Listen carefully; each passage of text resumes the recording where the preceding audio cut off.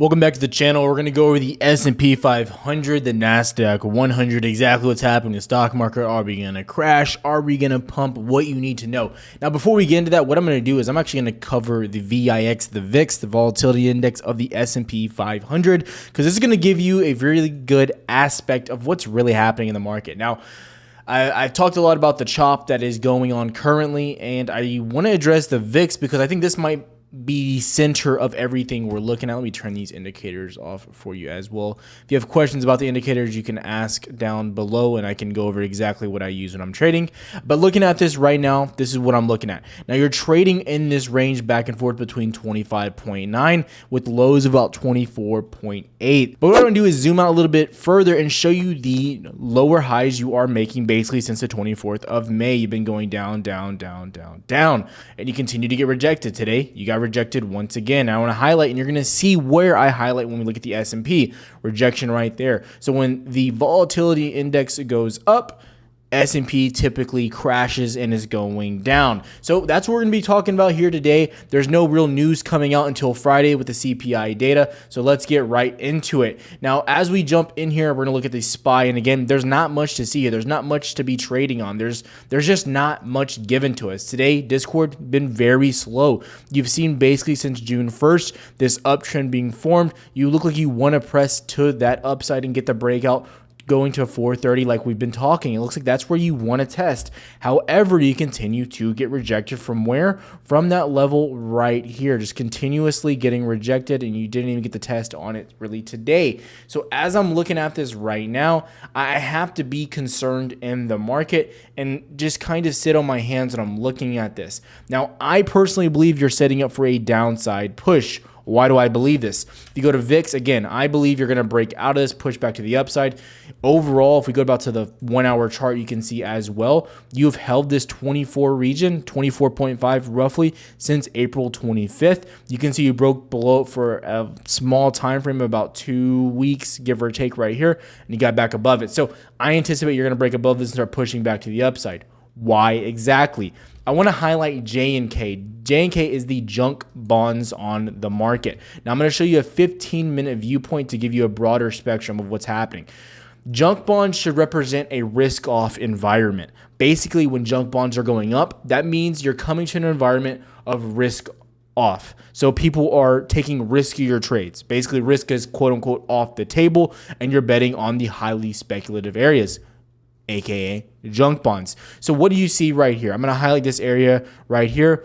You have May 19th is that low that you formed, and we also have this high of locally, what is that? May 27th. So remember May 19th and May 27th. And we're going to go look at the S&P.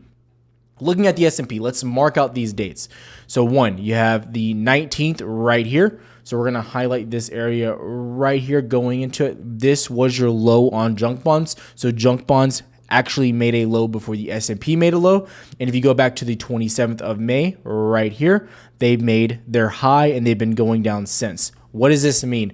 So in my opinion, it was a leading indicator on the junk bonds to get this bounce that you saw happen, which really didn't take place going until the 25th when you broke out of this region, pushing back to those levels right there.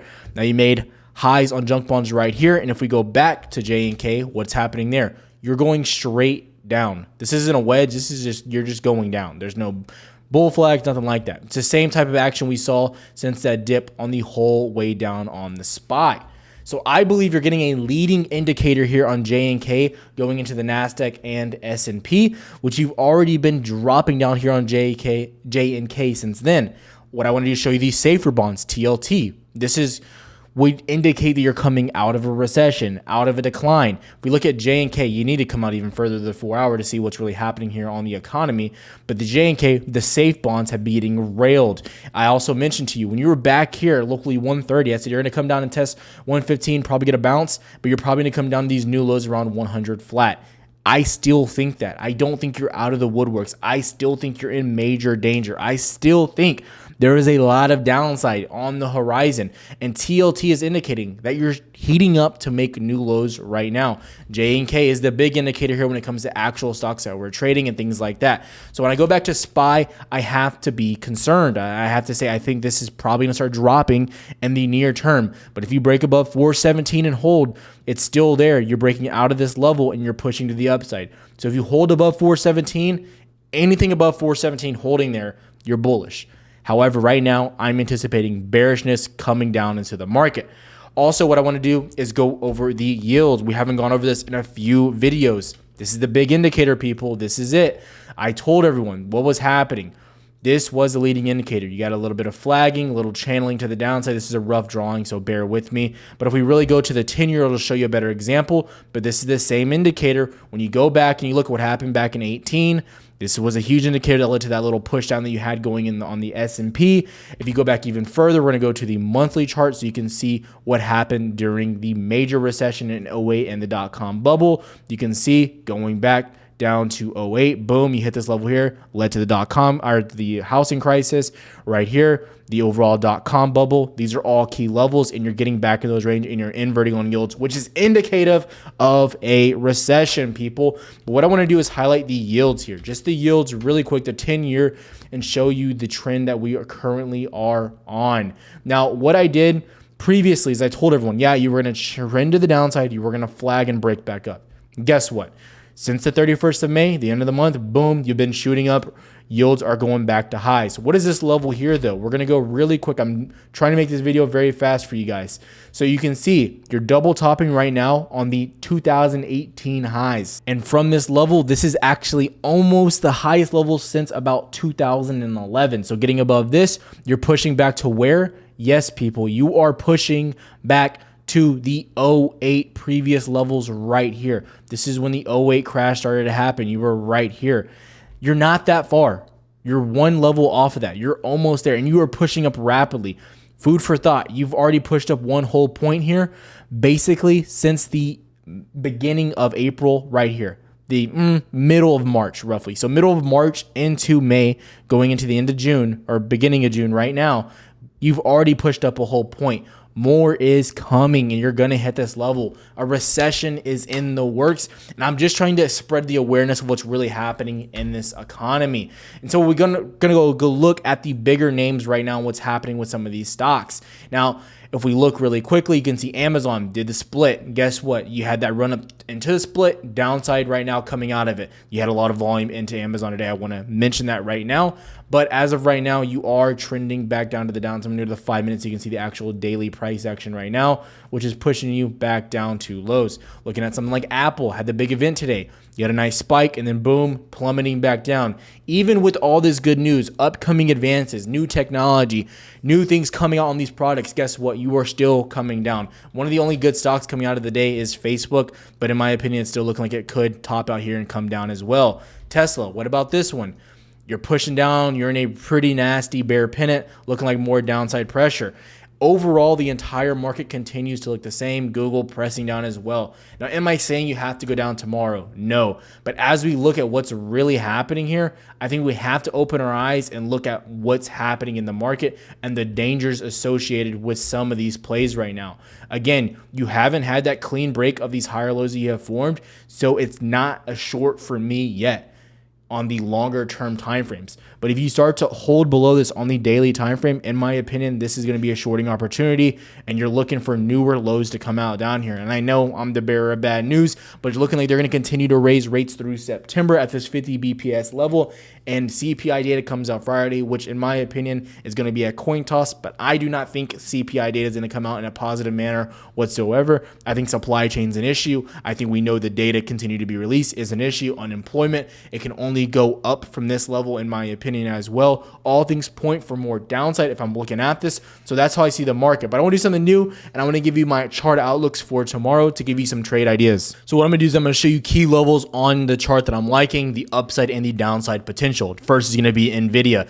If you can break out of this trend, this right here, breaking out of these lower highs that you're making, I'm anticipating a push to 191 very quickly, and then a push to the target number 2, 193. If you break out of these lower lows that you were making here. You're anticipating a push straight down to 183.7, 184 on the more conservative side there. We're going to push over towards Apple and give you a look here. Now, Apple's been a pretty strong mover on the market and really been following the SPY to a T. I think you've been ultimately getting those higher lows being formed here. And if we're looking, you got to be anticipating a push back down to this local downside about right here, 143.5 down to 143. 143 is a major level, so you have to anticipate that is going to hold. But you can see this level extends all the way back to here. So I'd be looking at 144 on the conservative side here. You never really expect Apple to move too many levels at once. That's the downside play.